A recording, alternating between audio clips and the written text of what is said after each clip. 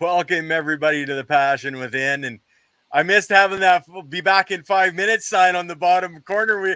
Jack and I were talking in the back end, and I totally missed it. But welcome to the Passion Within. We have Jake Ward with us, an award-winning grower from the East that is going to share his journey, his knowledge and understanding with us, and he grows with an aquaponic system. So Jake, let me introduce you to the audience, and you can tell me a little bit more about yourself and fill them in on who you are. For sure.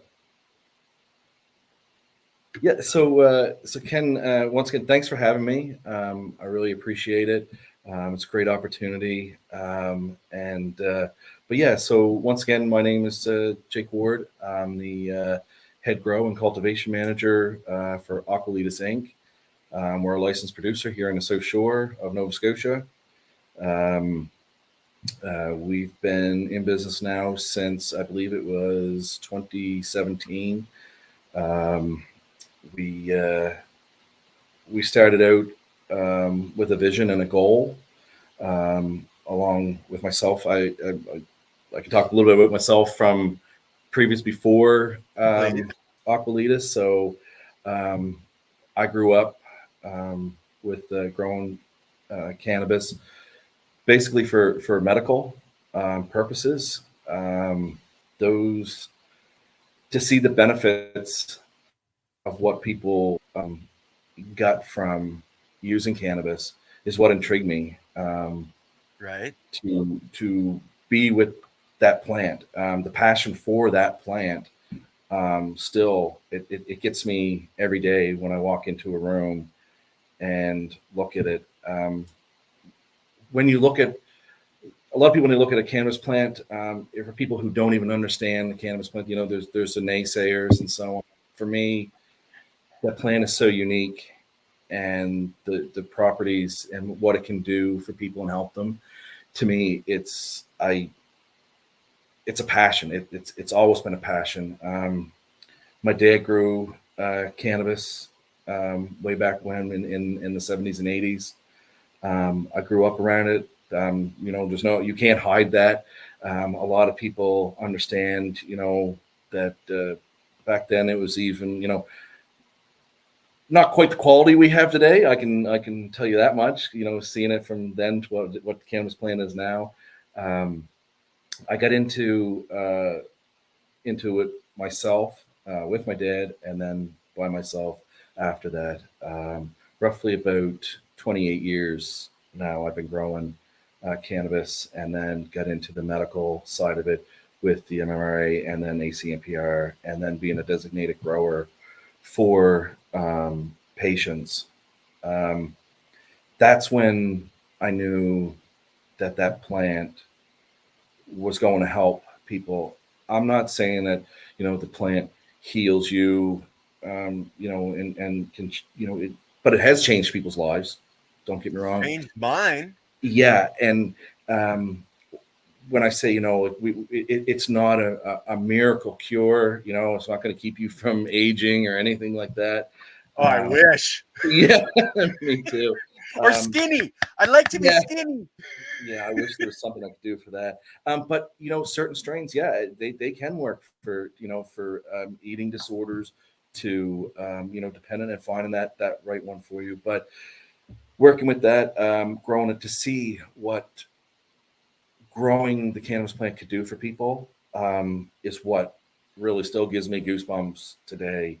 To hear other people's stories, I'm so fascinated that, I watch documentaries, I watch any chance I get to see, the outcome of what cannabis can do, and to see even children, parents going out of their way to buy CBD cannabis for their children that have seizures and epilepsy, and introduced cannabis to their child and hasn't had one seizure since. So those are the ones that just give me the goosebumps everywhere, knowing full well, even if it cut the seizures in half or anything, it made a difference.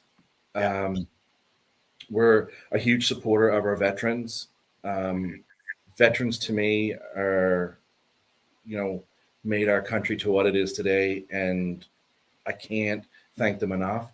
So to help them with medical cannabis it's just so satisfying to these men and women that have PTSD, other ailments, that it's helping them.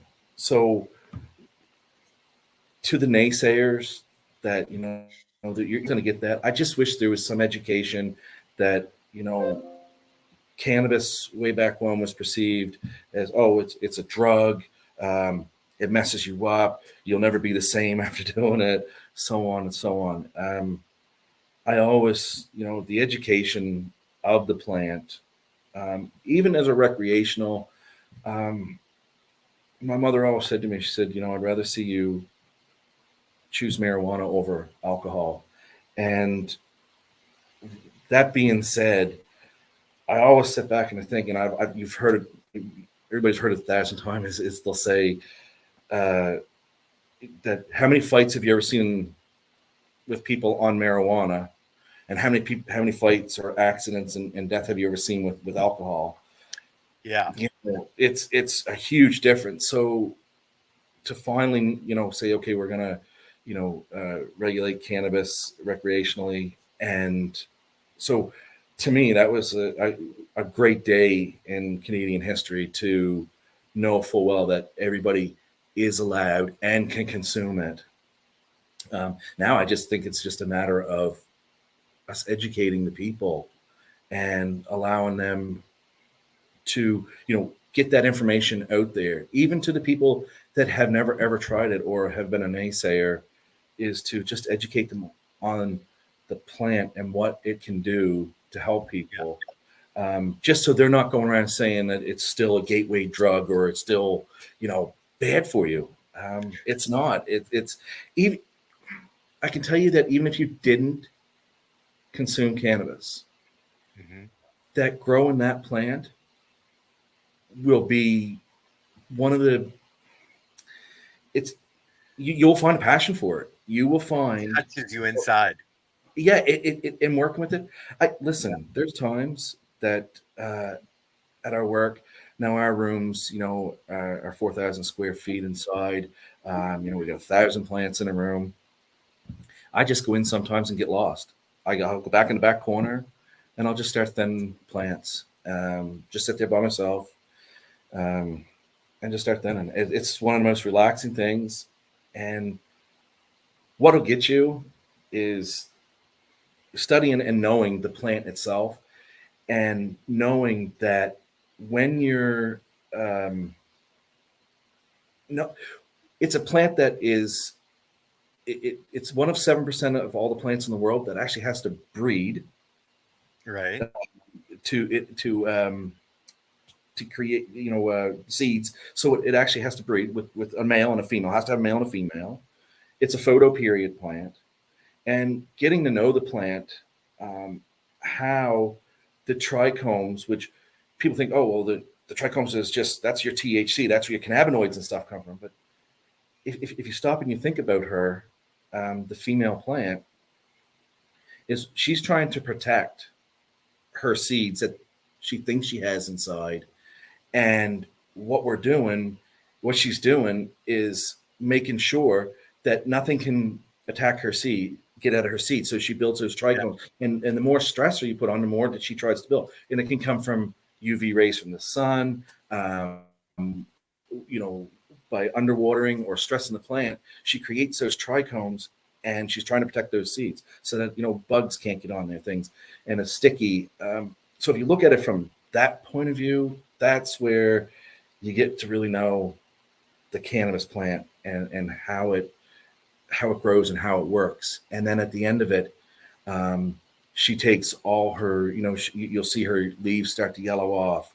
You'll see the pistils start to turn orange, and that's where the pistils collect the pollen and then go and pollinate down inside into to create the seed. So yeah, and then she devotes the rest of her time to protecting those And then she knows at the end of her life cycle that those seeds, those are supposed to drop on the ground, create more, grow, and then male and female seeds pollinate each other again, and starts that cycle all over again. So that's the passion for me is how the plant works and what it's capable of doing. Now, somebody a long time ago stumbled on it and decided. I kind of wonder how it actually really happened in back then or in life that, how did you know to smoke? Like, what did you start off by just eating it raw? But we know that it has to be decarboxylized, right? So, well, this Yeah. doesn't do anything, and then you dry it and you smoke, and then all of a sudden, wow, and then it went from there. But the first person must have been something to realize what's going on here when you decarboxylize it and smoke it, and it does this to Well, you. you gotta really wonder because, like, okay, you can eat the leaves, and tribal people have been eating the leaves of plants for millions of years, or well, thousands, tens of thousands of years. So they were getting a CBA effect off of it, and you Right. got to wonder if somebody just happened to throw it into the fire, and all of a sudden they went, "Whoa, I like that, baby."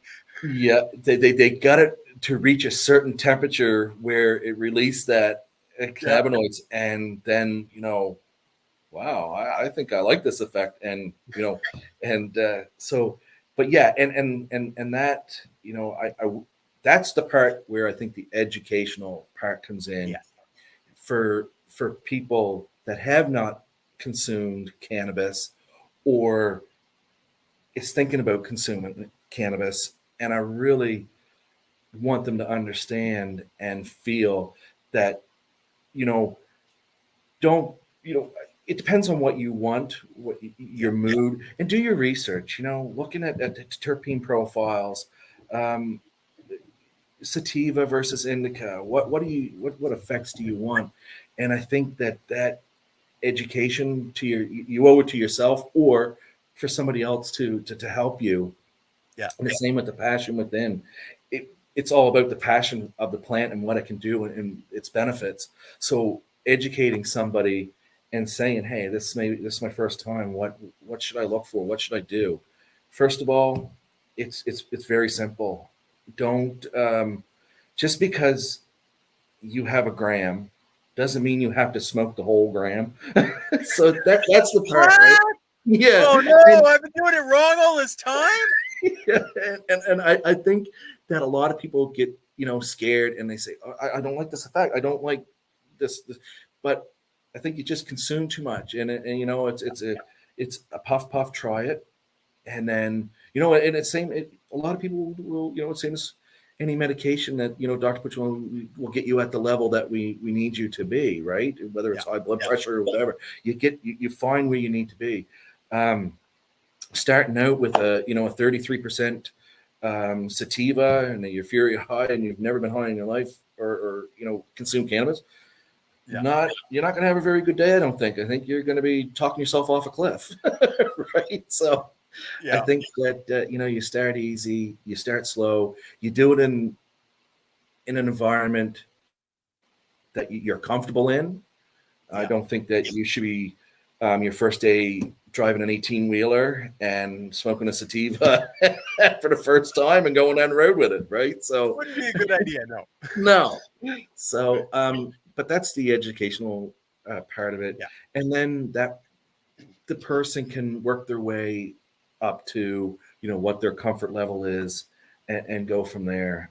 Start low and slow. yeah, You can do the even blends, a 10, 6, 6, THC to CBD. And, and that's where I think the education levels. And then, I've seen some people smoke a 14% THC cannabis and enjoy themselves more than they hmm would with, and even though they're a veteran smoker, the 14 done it for them. And actually, as a matter of fact, one of them was my dad. I actually had a lemon skittle that I grew, and he loves it. And it's only 14% THC, and he just likes the way it it makes him binds feel. him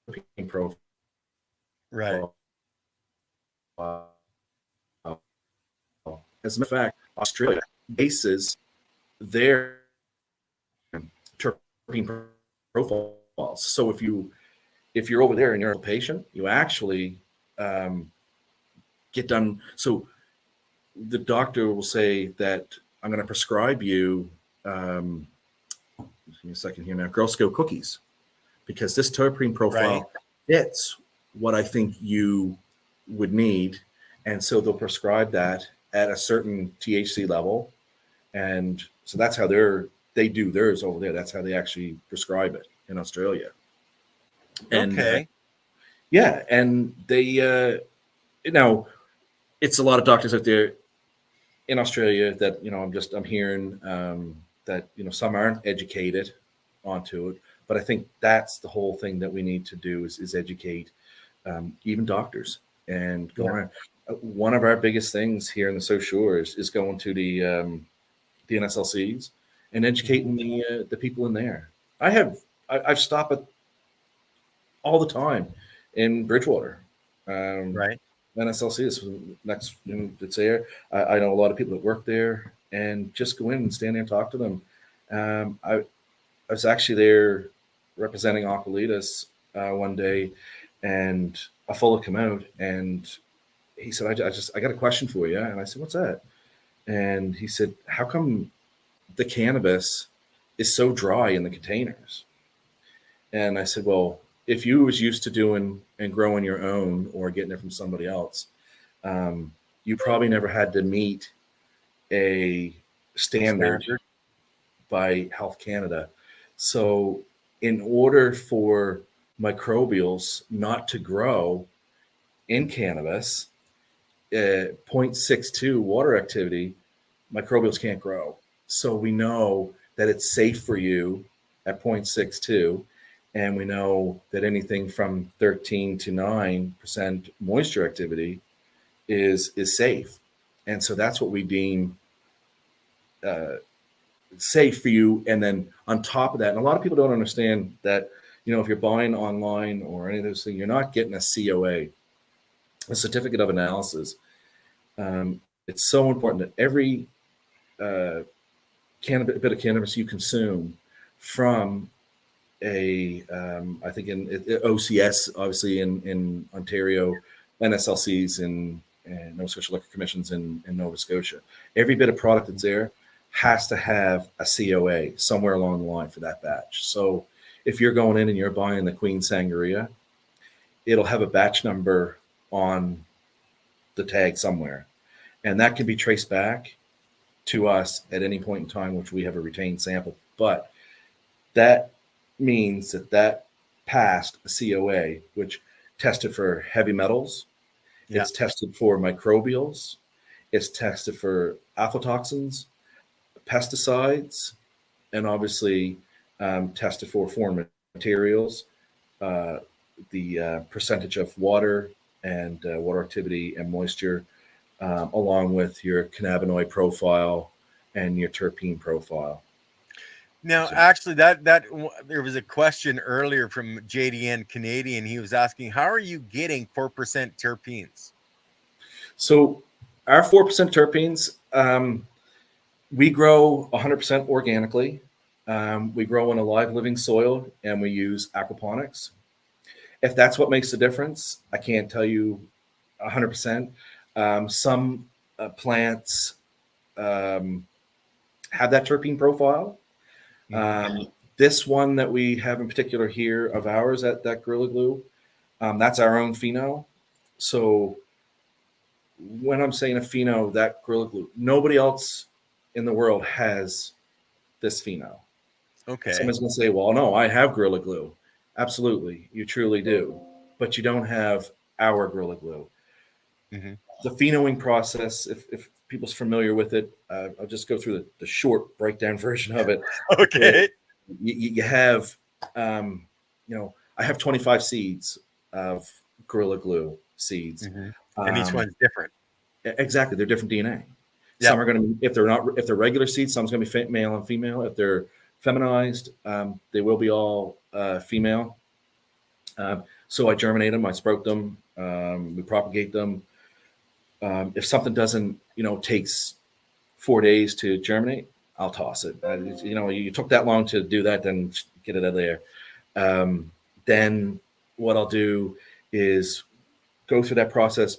They sprouted, they're up, they look good. This might have a little bit of wilt to it. No, toss it. Yeah. By that time I might be down to 20 little plantlets now. We'll grow them up. If it doesn't meet the grade, it doesn't look good or looks, just a little bit unhealthy, I toss it. I get rid of it. At the end of it, and this is the short version, and there's a lot more to it. It takes 9 months to a year to pheno a plant. But at the end of it, I take out of all those plants, I might be left with, say, 10 of them. Yeah. I pheno those out. I flower them. Now I say, okay, I'm going to take all my information from that. We'll look at it. We're going to harvest them. We're going to send them out for testing and say, okay, what's our cannabinoid profile? What's our terpene profile? I'll even do a genetics test onto them to see if there's, any hop latent void viruses, anything like that within that plant. Send it off. Believe it or not, seeds are probably one of the worst places you can get viruses from. So we do that, send it out.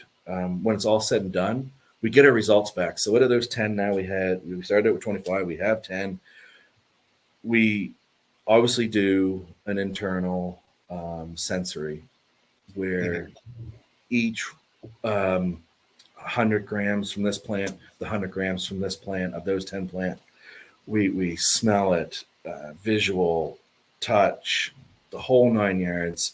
We go through that process. We look at the results. The one in particular, the one that we ended up with a 4% terpene profile, ended up with 28% THC. We've hit as high as 30-some% THC with that. Now, having said that, the terpene profile at 4% doesn't mean that you're always getting 4%. It could be 3.7. We've had it up as 4.5.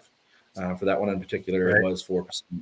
So it can vary, but the terpene profile will always be the same, whether it's, limonene, myrcene, terpenoline. It'll always be the same every time we grow it.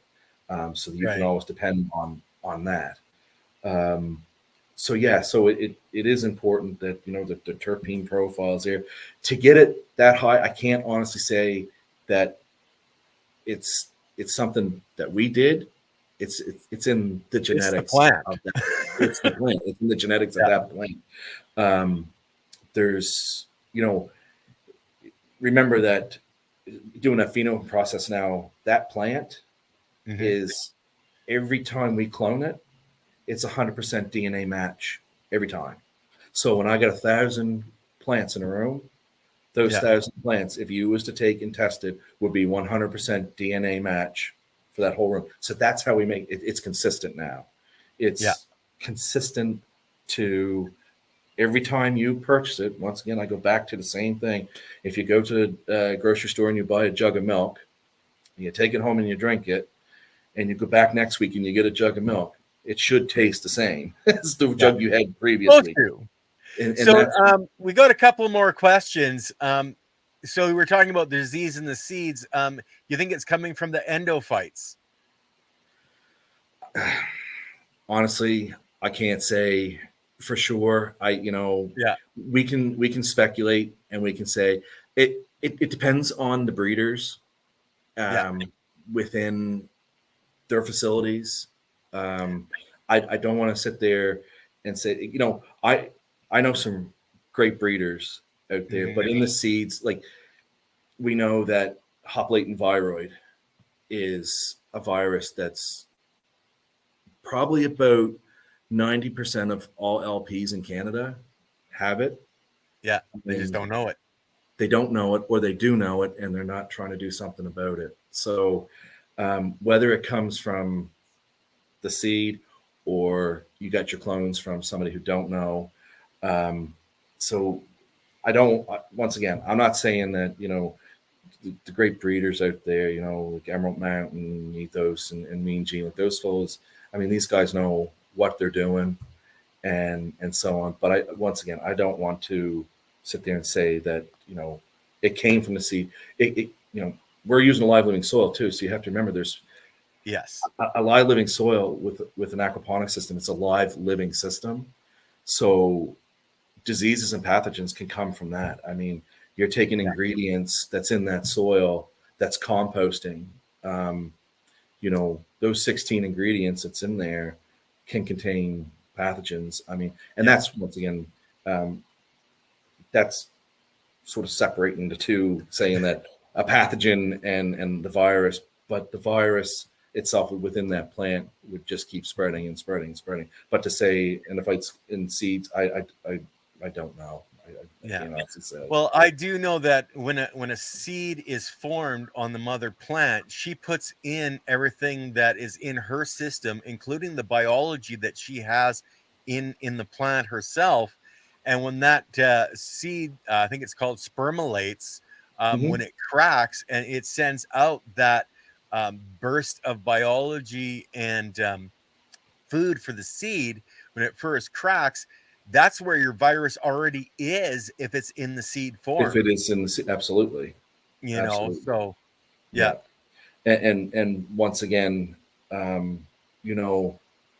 if that mother plant that was seeded had a virus, or pollen from the other male plant, then it's in the or seed.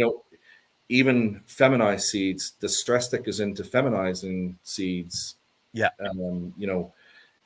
a stressor there, and but that had to been somewhere in that plant in order to cause that. Once again, I don't want to speculate and say that it's from bad breeding, and it's for sure in the seeds, because it's not.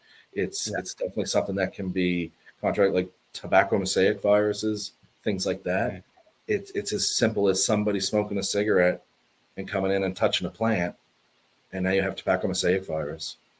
So a lot of it has to do with what it's already in the plant. I think it's like our bodies. Like, we have cancer cells in our bodies. It's how healthy we are, whether they activate to cause us a problem or not. But they're there, and I think in a lot of cases, these viruses are in the plant already. But it's how healthy your plant is, whether it's going to show signs of them.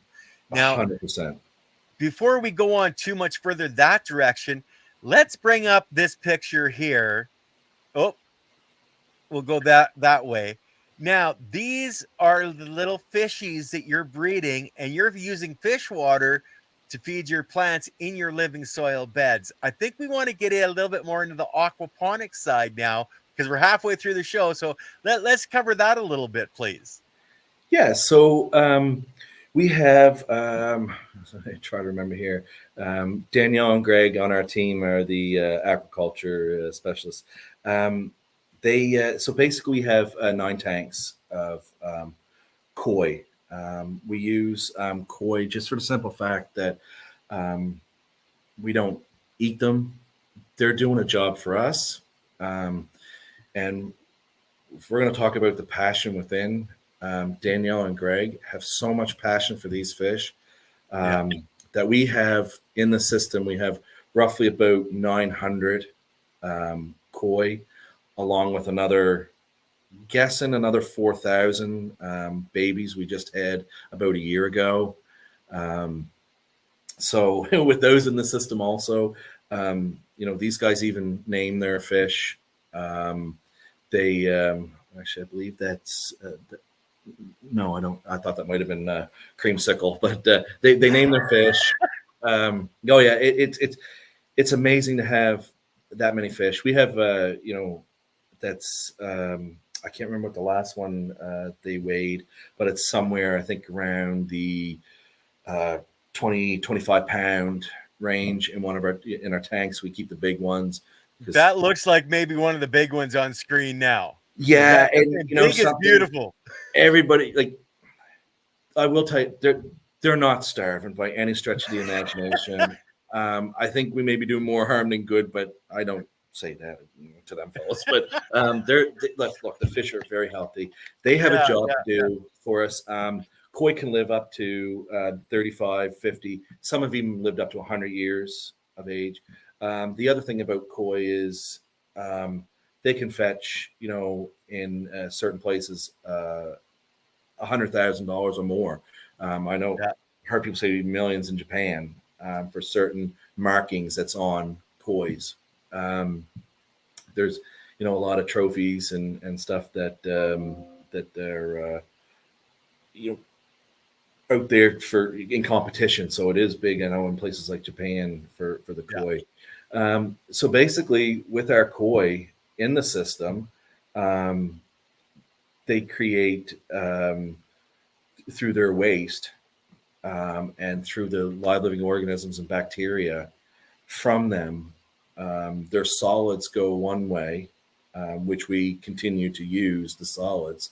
All the rest of the nutrient rich water from them go to our plants, and we water our plants with this in the live living soil. And what ends up happening is you can have a live living soil until it's activated by water, or in our case, our aquaponics water. Those live living organisms and bacteria are in that, and it starts that process of breaking down those nutrients in the soil. And once that starts that process, the plant it's so readily available to the plant and helps it grow just that much quicker. It's a 30% increase for us by just using aquaponics. I'm not That just much, throwing, eh? I'm not just throwing those numbers out there. We've done the tests.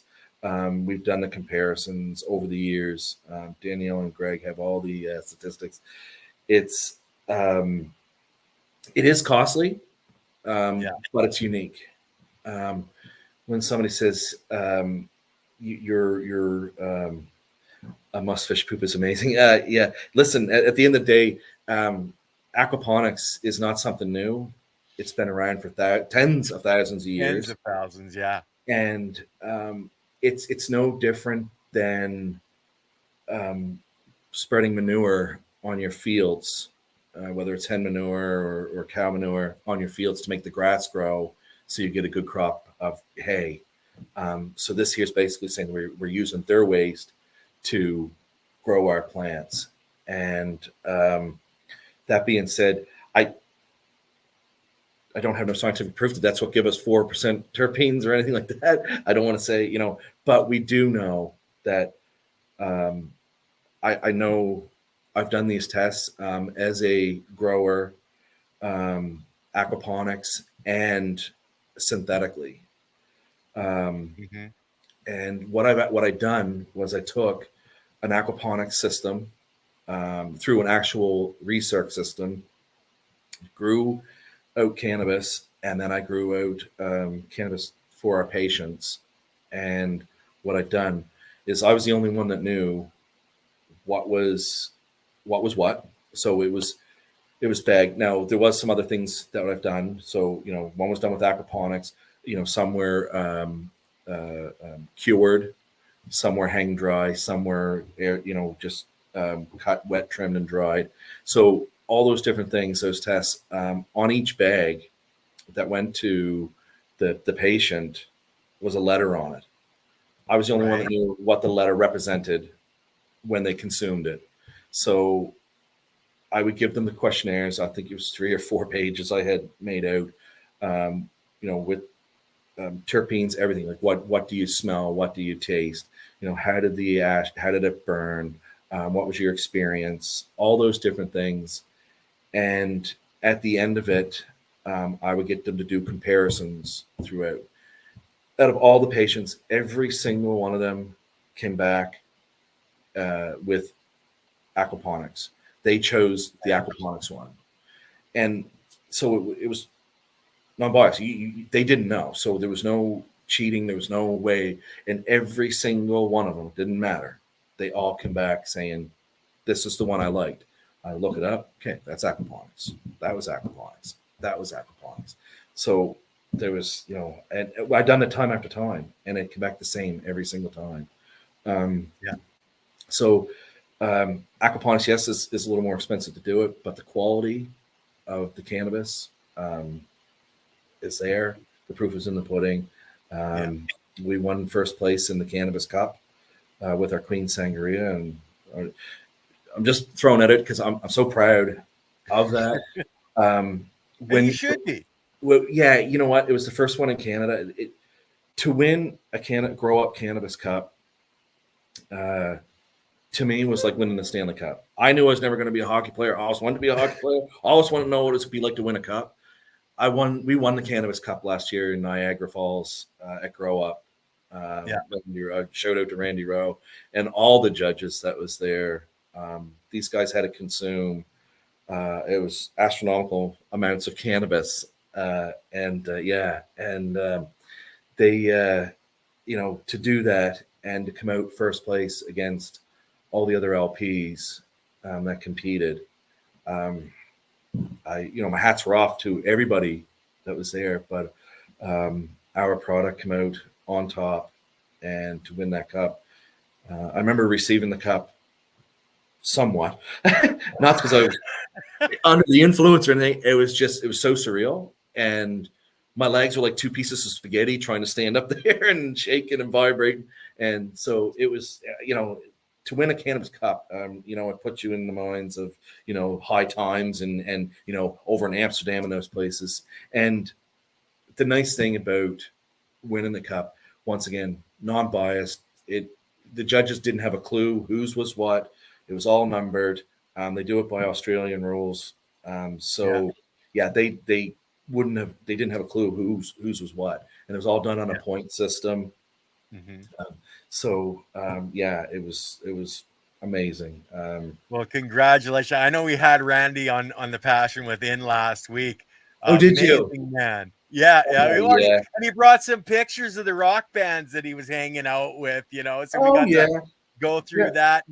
His triumph, Triumph was talking about him on one of the interviews, and we played that section of it. So, he was just grinning from ear to ear. It was a great interview. Yeah. Oh yeah. No, he's good. And as a matter of fact, this year, for anybody listening and wants to know, it's in Alberta this year in Edmonton is where the Cannabis Cup is going to be held.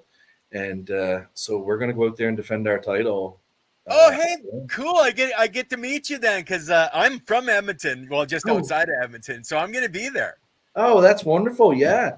Yeah. So in May, we're going back out there to defend our title and see if we can't see where we end up again. And I'm stoked about it. Our CEO Myrna will be there. Amazing person. She's she's the founder.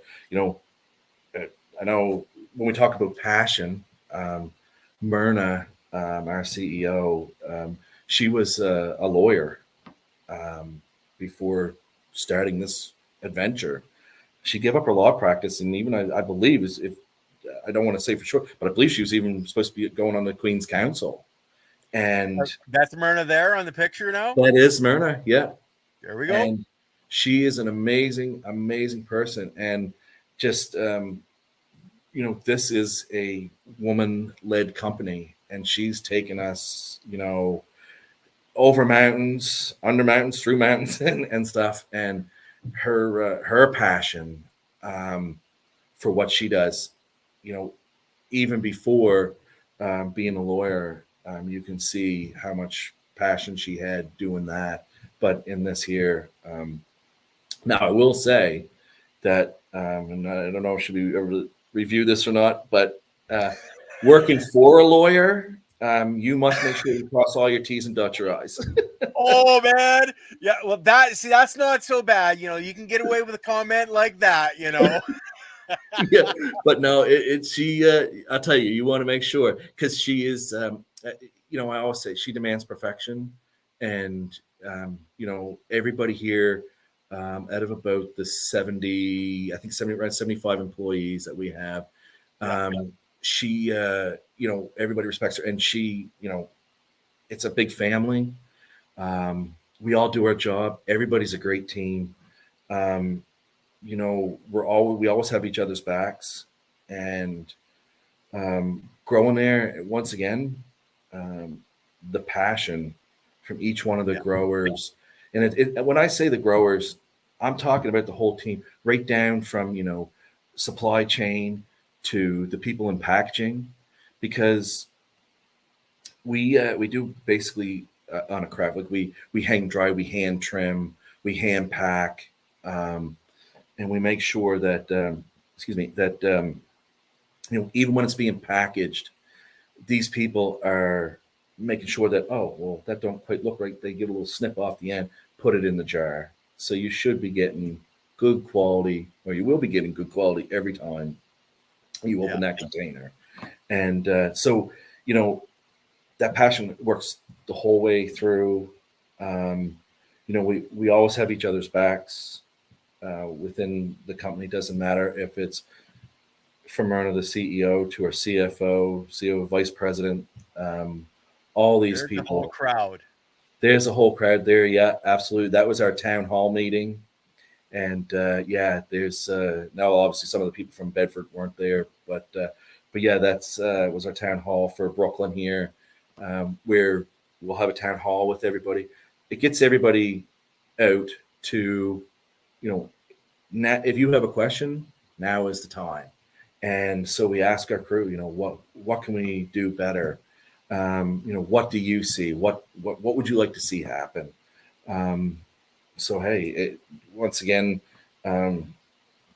we're always checking with it, with all of our employees to make sure that, is there anything that we can do better for you? Tools, anything. Yeah. And I always tell anybody who starts with us, because a lot of people say, well, how long have you been growing cannabis for? And I'd say roughly about 28 years I've been growing cannabis. But that is, they'll say, oh, well, that's amazing. You must know everything about cannabis. No, I most certainly do not. And what I tell them is, in that 28 years, I have found thousands and thousands of ways how not to grow marijuana. Yeah. So I'm not, to sit there and say, oh, well, you're a head grower, you must know. I don't. And anybody who would come to me and say, I know everything about growing marijuana, I'm not going to call you a liar to your face, but I'm probably going to give you a funny look, right? Because there's so much that we don't know about this plant. Yeah. And, and we're still finding things that, medicinal properties within those plants. Considering it is now the most researched plant on our flippin' planet, and we still have only scratched the surface. It's amazing.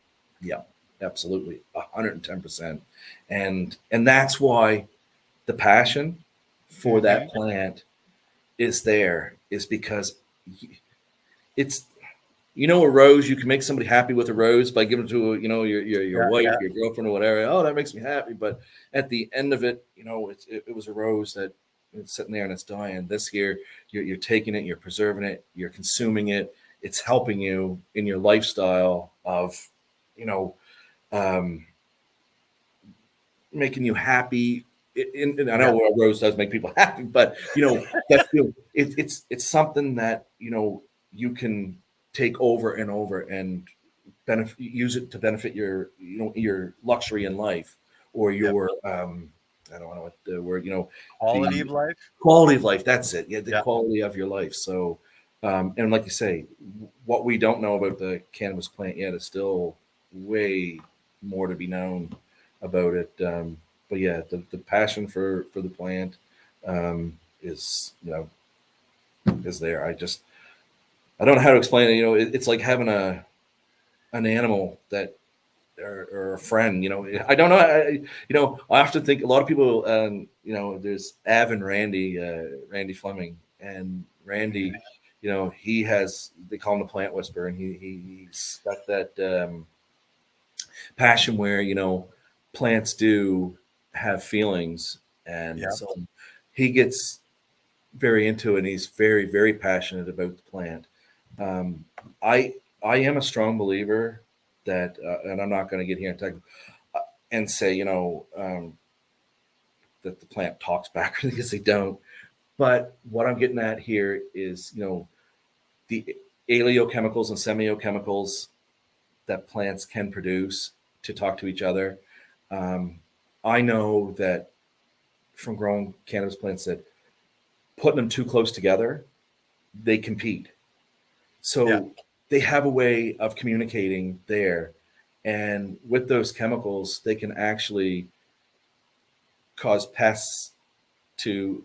I've seen it in our own rooms that, I've had two cultivars in there, and our one cultivar always grew. And then all of a sudden, the one, because I don't know if it's because the one next to it and the chemicals released, the buds come out and never even, they was the size of my pinky nail. And I'm like, what happened Yeah. here?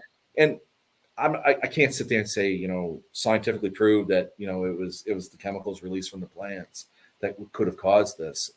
But somewhere along the way, you got to start somewhere and ask the question, well, what could have caused this? And, those release of chemicals could have been it. Because I I never would seen say the that, and Silly Lily says that's somebody that you got to connect me with so I can get them on the show, because that's something that I'm really into, is the interaction between humans and plants, because there is a lot there. It But is. I would say you're probably dead on, especially if it's two different cultivars. Yeah, Um, if it's the same cultivar, they'll help each other because they're related. But that's the right. two different ones, there's competition there, and I think you're probably, even unscientifically, I think you're probably 99.9% correct on that. Yeah, and so once again, I can't prove it. But I do know that I've had plants in the room that even hermaphrodite it, having other plants around as a stressor. Um, Mm-hmm. that's something that plants obviously can do by stressing them enough, and maybe just having that stressor from the other plant cultivar being there. But yeah, it's amazing what plants can do, and see where they I know for a fact that even the same cultivar, they will compete. I mean, Yeah. that's why and I know this, that we put 2,000 plants in a room, Mm-hmm. and those 2,000 plants all competed and stretched for the lights. And so 2,000 plants as opposed to 1,000 plants, I can get more yield out of 1,000 plants than I can 2,000 plants. As a matter of fact, certain strains, I'm down to 750 plants in a room with our Ghost Train Haze, because it competes so bad with each one. So Yeah. I got to give them the space, and I can get more yield than I can by putting more plants in a room. So spacing with your plants is definitely something, because they will just compete. And when I say compete, I mean they're not focusing on the bud structure at that time. They're looking for dominance. So their dominance is this one has to outcrown this one in order for it to become dominant. So they do compete. They do, whether they talk to each other. And yes, there are people out there right now that are looking into this. I'm not fully up to date on it, but the electric pulses in a plant, Mm-hmm. and their reaction to certain things, music is Yeah. actually one, believe it or not. Soft playing music. There's certain pulses that the plant puts out. But I once again, it's I that's not me. I haven't done it. So Yeah. we do play music in our rooms. I don't know if they like Mozart or if they like I don't know. Heavy metal, baby. Yeah. So, but yeah, to each strain their own. But yeah, Yeah, exactly. yeah, and but yeah, so and the old age saying, talking to a plant helps it grow. Of Yes. course it does, because we're breathing out CO2 onto it. And So there's the emotional connection, like we it talked is. about it briefly. There is that connection, like, and you talked to a little bit about cannabis leading. People think it's leading to harder drugs. I tell people, look, if you're growing cannabis, it's probably going to end up being, you're going to end up growing vegetables, especially in living soil. You find out how much better it is, and Yeah, you end up going into a living soil growing vegetables, because then hey, that plant's going to be a lot better for me to eat too. yeah. As a matter of fact, Gateway to growing vegetables. That's it. Yeah. I love, and so where we grow indoors, and I've grown outdoors for many, many years. I've grown under many different lights in different Mhm. ways. Um, but at home, I grow vegetables at home in a live living soil. And, because I get just as much fun. I mean, I've got my job here and growing the cannabis plant, but even my vegetables, um, my lemon tree Yeah. that, my daughter germinated a lemon seed, and she didn't take, she didn't do nothing with it afterwards. So, well, I can't let that die, so I throw it in. And now I've got a year-old lemon tree that's probably about 2 feet high now, Yeah. and Yeah. and then so it's there, and I keep looking after this thing, and we're waiting just for the weather to just another month, and I can just throw her back outdoors again and Yeah. start taking off and so on. But yeah, the passion for plants, just in it once again, mine is the cannabis plant, but all plants that you can work with, that can feed you and sustain you. Mhm. Um, it's to me, it's you know a growing, it's a cycle, and it's I always resort to that.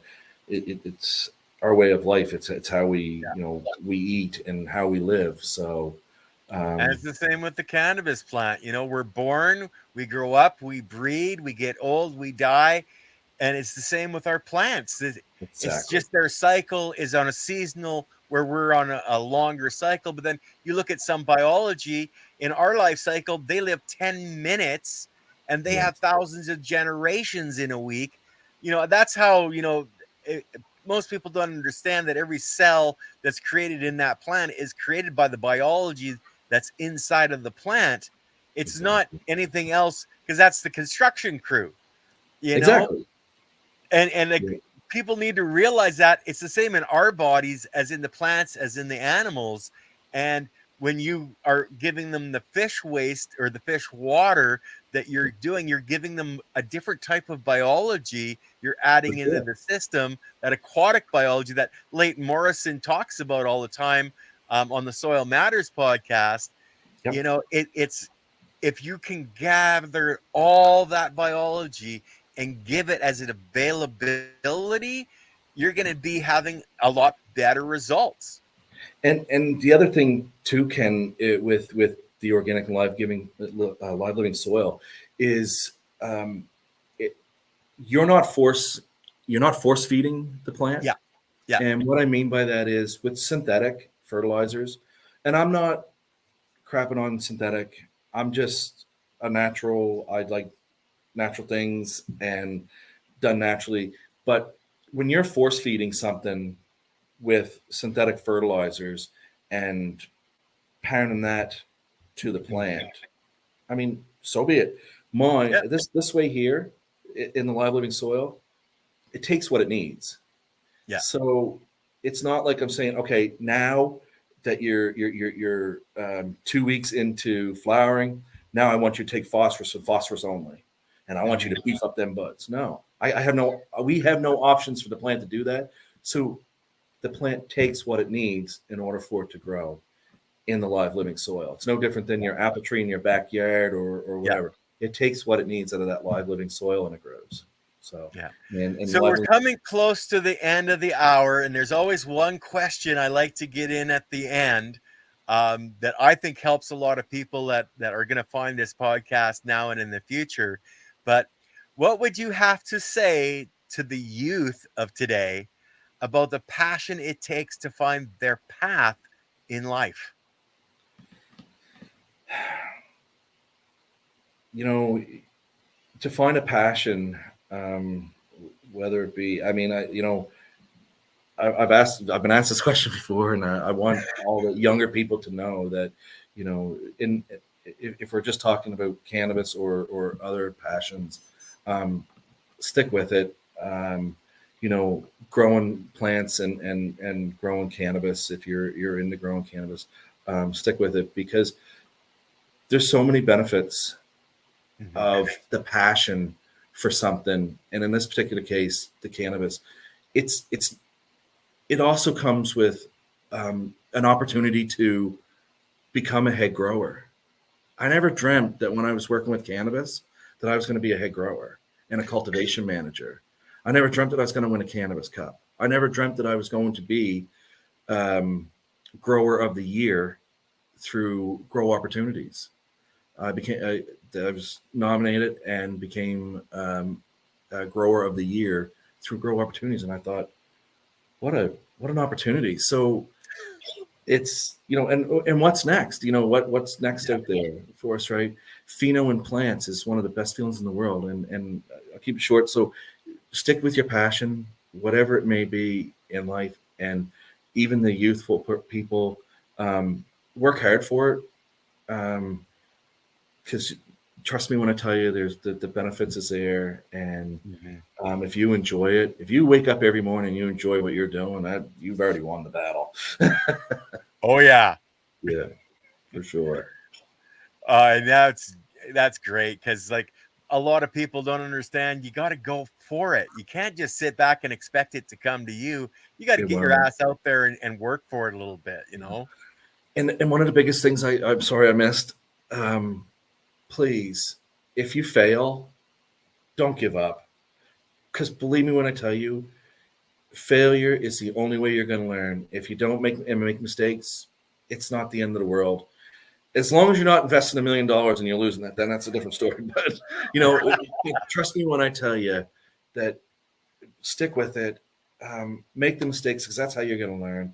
Don't be scared that if you put a crop in and it fails, do it again. Trust me, I guarantee you're going to get it right. You will, and just keep on top, and you'll get there.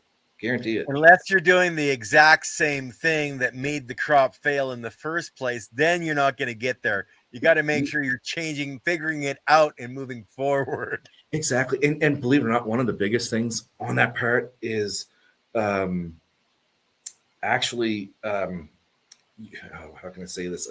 You got to fail to succeed, but Fail forward. Yeah, exactly. And even if you make that same mistake, it's just, and do one thing at a time. Don't change 10 different things, because you're not going to know which one of those things worked, and maybe not one worked and the other 9 failed, but you're not going to know. So it's going to take a while. I think is the key for everybody to learn, is change one thing at a time, so you know which problem it actually was. Yeah. And remember, don't be scared to ask. The worst anybody can ever do is say no. I mean, that's it. That's what's the harm in that. So either that, and believe me when I tell you that out there today, I have no issues with people calling me or sending me emails or anything like that. I don't. I'll help anybody out, because at the end of it, if you're in a passion for the cannabis plant, or you got a passion for something, then by all means, somebody should be there to help you through that ride. Because I know what it was like when I was doing it, and I didn't have the opportunity. So please make sure that you can ask me, you can ask anybody. I'm not saying I know the answers, and a lot of other people don't know the answers, but it doesn't hurt to ask, right? Yeah. Well, I always tell people there isn't any stupid questions. There might be a lot of stupid answers, but there's no stupid questions. If you don't know, ask. I agree, Ken, 100%. Absolutely. Because you're not going to know if you don't ask, right? So exactly. And I love JDN's point here. You miss 100% of the shots you don't take. That's right. Exactly. 100%. For sure. Well, Jake, Ja, it has been an amazing show. Thank you so much for coming on. We got to get your fish guys on, because their passion is something that I would love to talk about too. I actually had an aquaponic system for about 3 years. Best vegetables I ever grew, the most flavorful, was in aquaponics. So I would love for you to kick them in the butt and send them my direction. They want it bad. I spoke to Danielle. She's actually on the Canadian Council, aquaponics, something rather. And Greg is more the engineer guy. And so I've already spoken to them. They're excited about it. I'll put you in touch with them, guys. It'll be a great show for whoever who's and your listening. Lawyer boss. I'd like to talk to that young lady, because I could probably use the odd smack in the side of my head right now. You know what? There's passion. But I'll tell you, she's a great lady, and she would be great on your show too. I can tell you that. Yeah. Well, and it's that passion that we're trying to share, and I want to share people that have not only succeeded but have something to share about how they succeeded and got there for other people that are looking to take this journey. You know, modeling is a big thing for people, and if they can find people like you and her and others that they can Absolutely. look at and go, hey, I could do that too, I could be that person. You That's what I can, really want to give. 100%. And please don't ever fool yourself and say that you can't, because you can. And because a lot of people say that you can't do it, but trust me when I tell you, you just put your mind to it. I guarantee you, Yeah. you can do it. And I mean, it's the opportunity is there to take and go take it. I know that 20 years ago, somebody said, well, where are you going to be in life? I wouldn't be able to say. And I certainly wouldn't have said I won the Cannabis Cup or won Grower of the Year. You know what I mean? And so I do wish one thing now. I wish that back 28 years ago, I wish I knew then what I know now. Things would be very different. You'd have a lot more money in your bank account for one thing. Yes, sir. Probably might have ended up meeting El Chapo somewhere along. I don't know. Yeah. So, Okay, my friend. Well, we're gonna cut the broadcast here, guys. I've also got Albert Apinga. He's actually the head grower for BC Cannabis, a native group out of Vancouver or Victoria Island. On Thursday, we get to share his journey of becoming a master grower, and he's also won some amazing awards as well. very nice. So Very nice. are you, I know you're going to be coming in May to grow up. Are you going to any other conferences or anything like that? We can let people know you're going to be there to meet you. It's the growers luncheon. I'll be there for the growers luncheon, which is the Canna. Other than that, I'm more of sit there and count the points when they're doing the points for the Right, things. right. But and pacing. I'll be the one pacing back and forth at the floor, going, oh, where we at? Where we at? What are we doing? Yep. So, but yeah, no, we'll definitely meet up there, and we'll have a great time. Okay. Well, with that, guys, peace out, everybody. Have a great day. And I'll see you on Thursday. And don't forget OG's Power Hour Monday and the Soil Matters on Monday as well. Anyway, guys, have a great